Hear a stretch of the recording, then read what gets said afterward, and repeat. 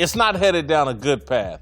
And I don't know about the truth of these allegations. I don't think any of us do. But when you get into a mudslinging contest and they slung mud at the guy that was running the business, now he's slinging it back. And this, to me, just reminds me of a typical Hollywood story. Child star, parents a little too much control, a little too involved in the business end. And the next thing you know, Gary Coleman suing his parents for you mismanaged my money, or Lindsay Lohan is suing her parents. Macaulay Culkin, yeah. That's this. You know, these are L.A. guys. The dad wanted to be a big part of the business, and you run the risk when you do business with family of it spinning out of control. I'm glad you said that it's going down the wrong path. We don't know how far, to what extent. I think we're all going to get our answers, and it's going to be in the next son and LaMelo Ball once he comes to the NBA. How he takes control of his brand, how much of his dad is involved in that brand creation, what moves he makes differently than what we saw with Lonzo. So our answer is forthcoming, but let's go into the guesswork. My first response was, this is a countersuit. So, Mr. Allen Foster, while you were president and all these wrongdoings were occurring, where was your morality in those moments? What was your involvement in those moments? Not to discredit the countersuit, but it's just interesting. Like you said, mud flies. Now more mud has to fly. Two, I look at this as an investment gone wrong. People know of LaVar, South Central cat. I went to school with his brothers. He had an investment strategy, which was to remove himself from our conditions and circumstances, go way out to Chino Hills, and really Old Testament his family. Like, get him away from this madness and create three boys that are going to go to the NBA. Choose the woman who he thought gave him the best opportunities, a former athlete, and stay out there. And I'm invested in the ball, and his wife is invested in the brains. Simple as that. That was their dynamic. And when they all made it, got to this level of recognition, and it came to fruition, he's like, okay, part of this investment is our brand. Part of this investment is, what is this brand going to look like? So are these business expenses towards the investment of the brand, of the ball creation? Because let's just be real. There's a lot of guys that have went number 2 overall. Not all of them had that machine with them as this brand helped create for Lonzo. Had Magic Johnson sitting there on his introductory press conference saying he's going to be in the rafters. Here's this guy's going to be an all-timer. That's a part of this brand. So I don't know how much of these expenses were investments in that brand, in the Triple B, or exploitation of his kids and what he did with his kids. Yeah, it's interesting that you say that, because I don't even know this guy. Like you said, it's all speculation at the moment until facts come out. As far as Kobe, and it being similar to what Kobe was 18 years old. That was one thing. Kobe's very more strong-minded than Lonzo Ball when it comes to this.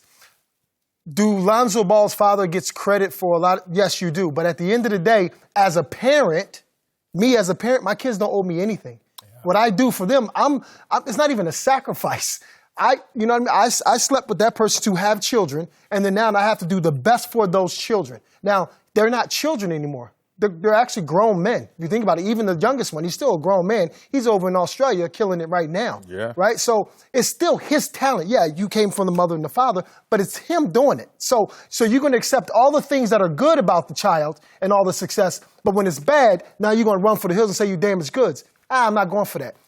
Even that guy is still president of that company, doesn't matter. The guy still on top of him is the father. So even if that guy says, you know what, listen, this is about $200,000 missing. What do you think the father will say? Don't worry about it. It's mine. I got it. It's cool. Yeah. He can't go to the sons because the sons are still sons. So he's going to the father, and maybe he did have the discussion. Maybe that's why he is countersuiting. I have no clue. But is it going down the wrong path? I think it is. I don't think people should be what they say back in the day, airing dirty laundry like this, because it seems like it's a problem for everybody, as far as inside the family. But, sometimes, not sometimes, a lot of times when it's money involved, ugly things come out. Sure. Marcellus, you spoke to this. LaVar had a vision years ago. Yes. And The only thing I think that he may have misinterpreted is what his role is supposed to be in executing that vision beyond fathering those kids up until a certain age. And then you raise a kid to push them out of the nest and have them stand on their own 2 feet. And I think, for a lot of us, there's been a misunderstanding of our culture or a misapplication of our culture as it relates to our kids. You put all this energy into them so that they can stand on their own 2 feet. And I don't think LaVar has let go. And again, it's hard for me to question any man, any parent about how they do with their kids. But just like you said, Cuttino, to me, Lonzo's a grown man. I think the dad should back up out of the business so there won't be any disagreements. LaVar did a great job with these kids. He should just be standing around beating his chest. Look what I did. Exactly. I put you guys in position to have success.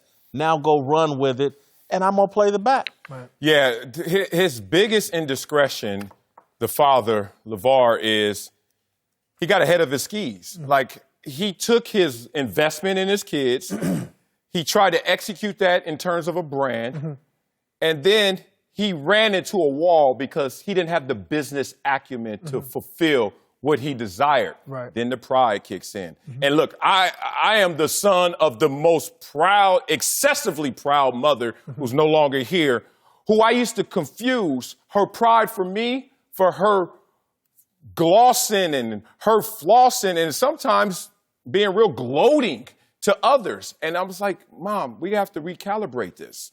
What happens is they're so invested and so involved that they get caught in the haze.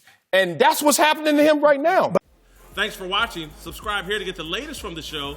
And be sure to check out more of the best clips from Speak For Yourself or go watch a few segments from our other shows on FS1.